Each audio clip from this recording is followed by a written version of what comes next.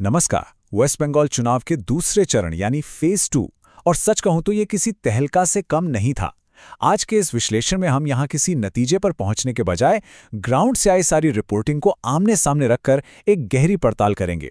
दोनों पक्षों के बड़े और संगीन दावों के पीछे आखिर चल क्या रहा है, आइए मिलकर इस लोकतांत्रिक पहेली को सुलझाने की कोशिश करते हैं। आज पूरी तरह से तटस्थ रहने के लिए हमारा एजेंडा एक समझौते की तरह काम करेगा। सबसे पहले बंगाल फेज 2 पोलिंग, दूसरा द चीफ मिनिस्टर्स एलिगेशंस, तीसरा बीजेपी क्लेम्स ईवीएम टैंपरिंग और आखिर में अ कंटेंशियस डेमोक्रेटिक प्रोसेस। तो शुरुआत करते हैं हमारे पहले हिस्से से, बंगाल फेज 2 पोलिंग और ग्राउंड जीरो की रियलिटी समझने के लिए डेटा का सहारा लेते हैं। जमीन पर जोश कैसा था इसका अंदाजा सिर्फ इन आंकड़ों से लगाइए। सुबह वोटिंग शुरू हुई नहीं कि भीड़ उमड़ पड़ी। सिर्फ 11 बजे तक लगभग 40%, जी हां 39.97% मतदान हो चुका था और दोपहर 1 बजे तक तो यह आंकड़ा तेजी से उछालकर 61% तक जा पहुंचा। ये नंबर्स बहुत साफ तरीके से बताते हैं कि इलेक्शन का मोमेंटम क्या था और स्टेक्स वाकई में कितने हाई थे। और ये जोश सिर्फ आम जनता तक सीमित नहीं था। लोकतंत्र की इस लहर में प्रमुख हस्तियां भी बराबर का हिस्सा ले रही थी। पूर्व क्रिकेटर सौरव गांगुली और उनकी पत्नी डोना गांगुली को ही ले लीजिए, जिन्होंने इस भारी गहमागहमी के बीच अपना मतदान किया। एक आम नागरिक से लेकर सेलिब्रिटीज तक हर कोई इस प्रक्रिया में आगे बढ़ चढ़कर शामिल था। आइए अब बढ़ते हैं दूसरे हिस्से की तरफ, द चीफ मिनिस्टर्स एलिगेशंस। देखते हैं ये भारी मतदान गंभीर आरोपों में कैसे तब्दील हो गया। अब एक तरफ जहां वोटिंग अपनी रफ्तार पर थी, वहीं भाबिनीपुर से सीधे चीफ मिनिस्टर ममता बनर्जी ने एनडीटीवी से बात करते हुए कुछ बेहद संगीन आरोप लगा दिए। उनका कहना था कि सेंट्रल फोर्सेस बीजेपी की मदद कर रही हैं, मतदाताओं और पार्टी वर्कर्स को डराया धमकाया जा रहा है और यहां तक कि बूथ्स पर कब्जा किया जा रहा है। एक चुनते हुए मुख्यमंत्री की तरफ से ऐसी बातें आना सच में हलचल मचा देने वाला था। अगर इन शिकायतों की थोड़ी गहराई में जाएं तो मुख्य मुद्दा उन संस्थाओं की निष्पक्षता पर था जिनकी जिम्मेदारी चुनाव को सुरक्षित रखना था। टीएमसी का सीधा आरोप था कि केंद्रीय सुरक्षा बल किसी एक पार्टी का पक्ष ले रहे हैं और स्टेट पुलिस को बूथ से जानबूझकर गायब रखा गया है। साथ ही बड़े पैमाने पर लोगों को डराने और जगह जगह बूथ कैप्चर करने की शिकायतें आईं। ये सिर्फ आम पॉलिटिकल बयान नहीं थे, ये पूरे इलेक्शन सिस्टम पर एक बहुत बड़ा सवालिया निशान था। और ये बात सिर्फ टॉप लीडरशिप तक रुकी नहीं। जमीन पर दूसरे नेता भी ऐसी ही बातें फ्लैग कर रहे थे, जैसे टीएमसी नेता सायोनी घोष, जिन्होंने स्पेसिफिकली फलता इलाके का जिक्र किया और आरोप लगाया कि वहां बीजेपी द्वारा मतदाताओं को टारगेट करके डराया धमकाया जा रहा है। यानी स्थानीय स्तर पर डर और दबाव का एक अलग ही माहौल रिपोर्ट हो रहा था। अब वक्त है हमारे तीसरे हिस्से का, बीजेपी क्लेम्स ईवीएम टैंपरिंग, क्योंकि विपक्ष के दावे भी उतने ही हैरान करने वाले थे।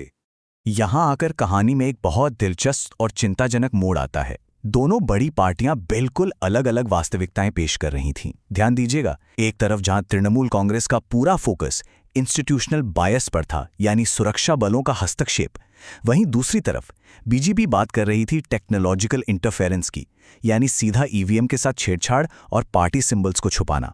एक ही चुनाव में दो बिल्कुल विपरीत नैरेटिव्स चल रहे थे। तो बीजेपी के दावे दरअसल थे क्या? उन्होंने सिक्योरिटी फोर्सेस पर सवाल उठाने के बजाय सीधे वोटिंग मशीन पर निशाना साधा। संगीन दावे किए गए कि बंगाल में ईवीएम्स के साथ तोड़फोड़ हुई है। फल्टा के कई बूथ से तो ये तक रिपोर्ट आई कि बीजेपी के चुनाव चिन्ह पर टेप लगा दिया गया है ताकि लोग वोट ही ना दे सकें। नेता अर्जुन सिंह ने तो खुलेआम फेक ईवीएम्स और टीएमसी की दखलंदाजी का मुद्दा उठा दिया।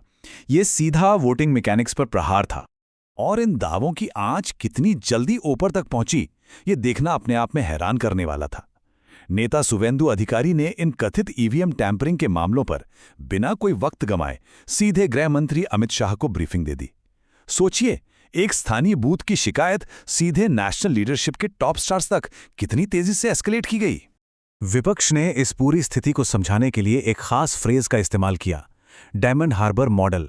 उनका दावा था कि ये कोई छोटपूट इंसिडेंट नहीं है, बल्कि उनके चुनाव चिन्ह को बूथ्स पर मिटाने या टेप लगाकर छुपाने का एक प्रॉपर, वेल कोऑर्डिनेटेड और व्यवस्थित प्लान है। इसे उन्होंने एक बड़ी साजिश का रूप दिया। अब इस पूरे माहौल में एक बहुत बड़ा विरोधाभास देखिए।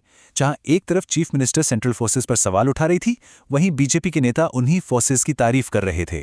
बीजेपी के दिलीप घोष ने दावा किया कि दरअसल सीआरपीएफ की मौजूदगी और इलेक्शन कमीशन की सख्ती की वजह से ही मतदाताओं का मनोबल बढ़ा और लोग बिना डरे वोट दे पाए। एक ही दिन, एक ही फोर्स और दो बिल्कुल उलट नजरिए। और अब आते हैं इस विश्लेषण के आखिरी हिस्से पर, अ कंटेंशियस डेमोक्रेटिक प्रोसेस। ये देखना जरूरी है कि ग्राउंड पर इसका एक्चुअल असर क्या हुआ। क्योंकि देखिए, ये सारी बातें सिर्फ भाषणों या प्रेस कॉन्फ्रेंसेस तक नहीं रुकीं। जमीन पर इसका असर बहुत अशांत और डिस्ट्रप्टिव था। आम मतदाताओं ने तकलीफें उठाईं और शिकायतें की कि वोटिंग मशीन्स ठीक से काम नहीं कर रही हैं। कुछ बूथ्स पर छेड़छाड़ के इतने संगीन दावे हुए कि वोटिंग को पूरी तरह से रोकना पड़ गया। और बसंती इलाके में तो सीधी हिंसा देखी गई, जहां एक बीजेपी उम्मीदवार की कार को बुरी तरह से तोड़फोड़ दिया गया। ये सारी घटनाएं लोकतांत्रिक प्रक्रिया में आने वाली बहुत बड़ी रुकावटें थीं, जिन्होंने एडमिनिस्ट्रेशन की नींद उड़ा दी। तो आखिर में ये पड़ताल हमारे सामने एक बहुत ही उलझा हुआ लेकिन बेहद जरूरी सवाल छोड़ जाती है। एक तरफ हमने देखा रिकॉर्ड तोड़ मतदान, यानी जनता में अपना हक निभाने का पूरा जोश, और दूसरी तरफ संस्थाओं और वोटिंग सिस्टम पर लगने वाले इतने संगीन और विरोधाभासी आरोप। इन सब के बीच जब ये धूल बैठेगी, तो दोनों दिशाओं से आ रहे इन गंभीर टकरावों का फाइनल लोकतांत्रिक नतीजों पर क्या असर पड़ेगा, ये एक ऐसी पहेली है जिसका जवाब निकालना अभी बाकी है।